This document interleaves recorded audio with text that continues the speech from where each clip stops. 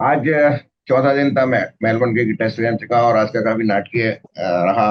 Pendulum एक तरफ से दूसरी तरफ सरकता रहा। कल जैसा कि आप जानते हैं कि नीतीश कुमार रेड्डी ने सेंचुरी मारी और भारत का फॉलो ऑन बचाया, और इस तरह वो नॉट आउट रहे सिराज के साथ में। आज जैसे ही खेल शुरू हुआ, उसके बाद कुछ ही रन जोड़ के भारत की टीम ऑल आउट हो गई, और उसमें भी कुछ कंट्रोवर्सी हुई। जैसे कि एक सिराज की ने कमिंस की गेंद को स्लिप्स में खेला था यार, तो फिर वो गेंद टप्पा लग के कैच हुई थी, मतलब बम कैच था।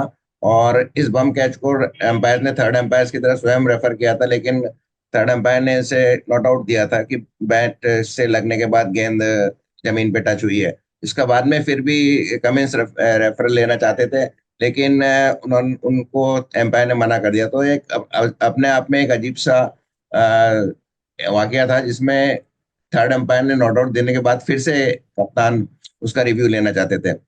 इसके बाद जल्दी ही नीतीश कुमार आउट हो गए और भारत की पारी 369 पर सिमट गई। इसमें नीतीश कुमार ने 114 रन बनाए, और सिराज नॉट आउट रहे। तो इस तरह से उन्होंने फॉलो ऑन ही नहीं बचाया, बल्कि भारत को वापस मैच में लाके खड़ा कर दिया। इसके बाद ऑस्ट्रेलिया की पारी जब शुरू हुई, तो उनके धड़ाधड़ विकेट गिरने लगे, और जो फर्स्ट इनिंग में सबसे सफल जो बल्लेबाज थे, ओपनिंग बल्लेबाज कॉन्स्टांस, उनको क्लीन बोल्ड कर दिया बुमराह ने।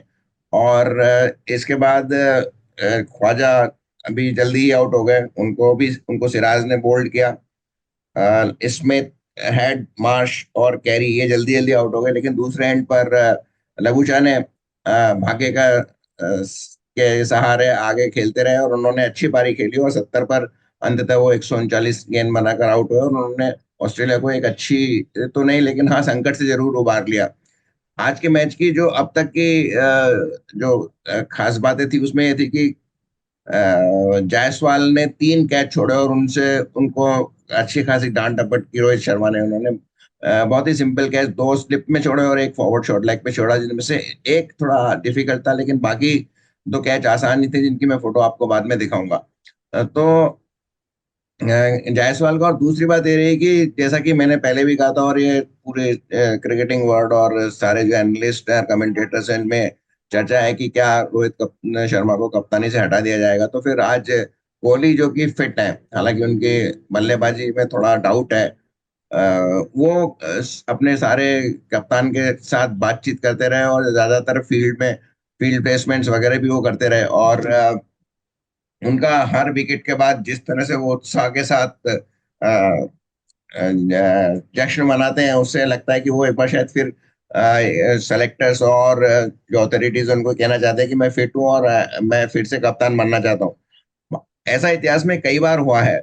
सबसे पहले तो मुझे याद है, जब से मैंने क्रिकेट खेलना शुरू किया था, अजीत वाडेकर को कप्तान बना दिया गया था, लेकिन बाद में जब एक होम सीरीज में वाडेकर को हटा के नवाब पटौदी, मंसूर अली खान पटौदी को कप्तान बनाया गया, तो उसके बाद कपिल देव और गावस्कर में ये अदला बदली चलती रही थी। आपको याद होगा कि 1983 में कपिल देव के नेतृत्व में वर्ल्ड कप जीता था, लेकिन उसके तुरंत बाद शायद 84 के शुरू में या मिडिल में ऑस्ट्रेलिया में एक चैंपियंस ट्रॉफी हुई थी। उसमें फिर जो भी भारत ने जीती थी, उसमें कप्तान सुनील गावस्कर थे, और इसमें man champion of the champions Ravi Shastri बने थे, और उस समय उनको ऑडी कार इनाम में दी गई थी।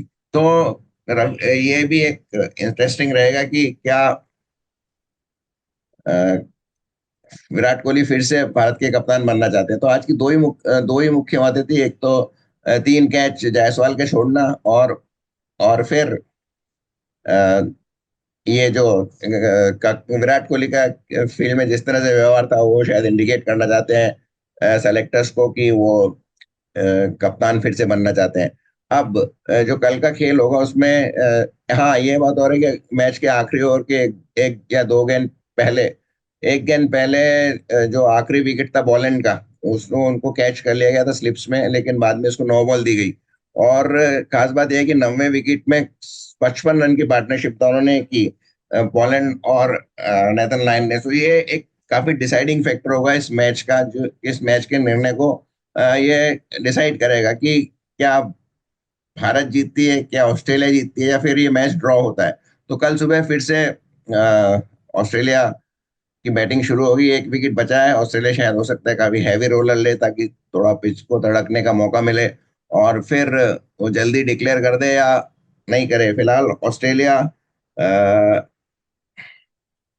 333 रन से आगे है, तो हो सकता है 350 तक ऑस्ट्रेलिया जाए और फिर डिक्लेयर कर दे, या फिर इसी ओवरनाइट एक दो बॉल खेल के हैवी रोलर चला के कर देता है, जैसा कि क्रिकेटिंग में जो एक गेम्समैनशिप होती है वो। तो इसी के साथ मैं आपको छोड़ के आता हूँ, और आगे मैं कुछ आपको इसके कुछ झलकियां भी इसके साथ साथ मैं आपको दिखाई है पूरे दिन के खेल की। तो तीन मुख्य बातें थी, विराट कोहली का उछल कूद करना कैप्टन बनने के लिए, या उसकी गतिविधियां जो थी वो, उसकी उत्साहवर्धक गतिविधियां, उत्साहजनक गतिविधियां, जायसवाल के 3 कैच छोड़ना, और अंतिम बॉल पर, अंतिम ओवर में नो बॉल पर उस बॉलैंड का आउट होना। तो कल आप देखेंगे अगर भारत जीतता है तो इसमें दो प्लेयर्स का बहुत बड़ा हाथ होगा, उनमें से एक रहेंगे जायसवाल और दूसरे रहेंगे विराट कोहली। और अगर ऐसा होता है तो फिर भारत के अगले कप्तान लगभग 1-2 साल के लिए विराट कोहली होंगे, क्योंकि अभी वो, उनकी उम्र 1 साल कम है, तो 1-1.5 साल तक तो वो संभाल ही सकते हैं भारतीय की कप्तानी। तो इसी विचार के साथ मैं आपको छोड़ के जा रहा हूँ। ये वीडियो और इसकी जो फोटोज है आपको अगर अच्छी लगी हो तो इस चैनल को सब्सक्राइब कीजिए, लाइक कीजिए और अपने दोस्तों के साथ शेयर कीजिए। बहुत बहुत धन्यवाद।